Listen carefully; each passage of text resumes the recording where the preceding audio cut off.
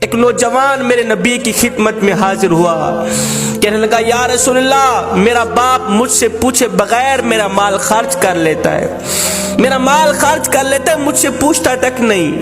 میں کڑکتی دھوپ میں تتی ریت پہ کھڑے ہو کر کمر پہ بوریاں لاد لاد کے دن رات ایک کر کے پیسہ کماتا ہوں، روپیہ کماتا ہوں۔ ایک میرا باپ ہے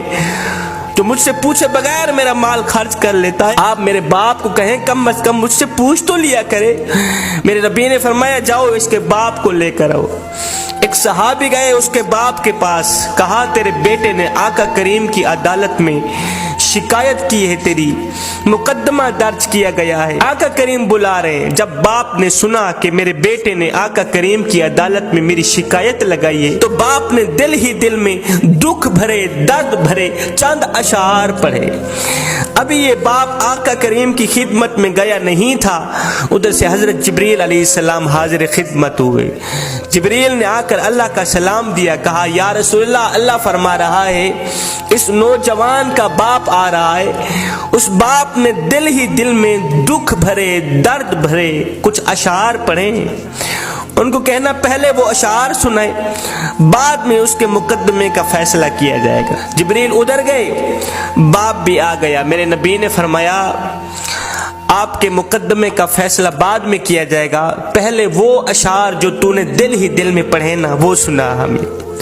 قبلہ وہ اشعار اتنے دکھ بھرے اشعار تھے، درد بھرے اشعار تھے، میرے کریم نبی سنتے بھی رہے، روتے بھی رہے، آنکھیں چھم چھم برستی رہیں۔ اب اس باپ نے وہ دکھ بھرے اشعار سنائے جس کا ترجمہ یوں تھا، کہنے لگا او میرے بیٹے، جب سے تو پیدا ہوا تھا ہم نے اپنی ذات کے لیے جینا چھوڑ دیا۔ تو گود میں تھا، میں اس وقت بھی تیرے لیے پریشان تھا اور میں آج بھی تیرے لیے پریشان ہوں۔ بیٹے تو سوتا تھا ہم تیرے لیے جاگتے تھے، تو روتا تھا ہم تیرے لیے روتے تھے، تیرے ایک پہلو بدلنے پر ہم ہزاروں وسوسوں کا شکار ہوتے رہتے تھے، تیری ایک مسکراہٹ دیکھنے کے لیے ہم ساری رات تڑپتے رہتے تھے۔ میں کڑکتی دھوپ میں تتی ریت پہ بڑی کمر پہ بوریاں لاد لاد کے دن رات ایک کر کے محنت مزدوری کیا کرتا تھا، خاک چھانتا تھا، روزی روٹی کماتا تھا، اس سوچ کی بنیاد پر کہ مجھے کچھ ملے نہ ملے، میرے بچے کو روٹی کا ٹکڑا مل جائے۔ میں دن رات محنت مزدوری کرتا تھا کہ میرے بچے کے چہرے پر مسکراہٹ آ جائے، چاہے میرے آنسوں کے سمندر کیوں نہ اکٹھے ہو جائیں۔ بیٹے جب تو بیمار ہوتا تھا تو ہم ساری رات تیرے لیے تڑپتے رہتے تھے، تیرے ایک پہلو بدلنے پر ہم ہزاروں وسوسوں کا شکار ہوتے رہتے تھے، جب تجھے بخار آتا ہم ساری رات تیرے سرانے پہ بیٹھے رہتے، ہمیں یہ خطرہ ہوتا کہ کہیں ہمارے بچے کی جان بھی نہ نکل جائے۔ او میرے بیٹے،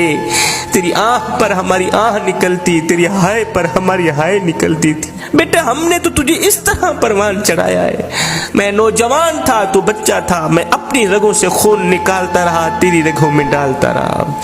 ہاں اپنے منہ سے نوالا نکالتا رہا، تیرے منہ میں ڈالتا رہا۔ میں بڑھاپے کا شکار بنتا گیا، تجھ میں جوانی رنگ بھرتی گئی، تو جوان ہوتا گیا، مجھ سے بڑھاپا جوانی چھنتا گیا، میری ٹانگیں کمزور ہوتی گئیں، تیری ٹانگیں مضبوط ہوتی گئیں، میرے ہاتھ کانپنے لگے، تیرے ہاتھ مضبوط ہونے لگے۔ سوچتا تھا جیسے میں اس کے لیے دھکے کھاتا ہوں، روتا ہوں، دعائیں مانگتا ہوں، ایک وقت آئے گا یہ بھی میرے لیے دھکے کھائے گا، روئے گا، میری صحت کے لیے دعائیں مانگے گا۔ بیٹا میں سوچتا تھا جیسے میں نے تجھے پالا ہے ایسے تو بھی مجھے پالے گا، تو چھوٹا تھا میں تیری انگل پکڑ کے چلا کرتا تھا،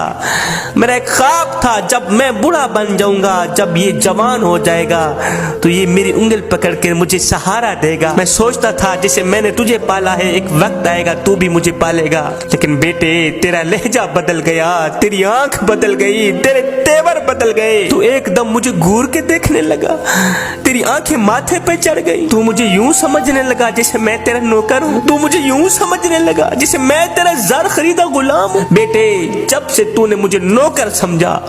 جب تو نے مجھے زر خریدا غلام سمجھا، تو میں نے اپنی 30 سالہ زندگی کو جھٹلا کے رکھ دیا، یہ کہتے ہوئے کہ ہاں میں باپ نہیں میں نوکر ہوں، میں زر خریدا تیرا غلام ہوں، میں غلام تو مالک، میں نوکر تو آقا۔ بیٹے یہ تو بھول گیا کہ میں نے تجھے کس طرح پالا ہے، تیرے لیے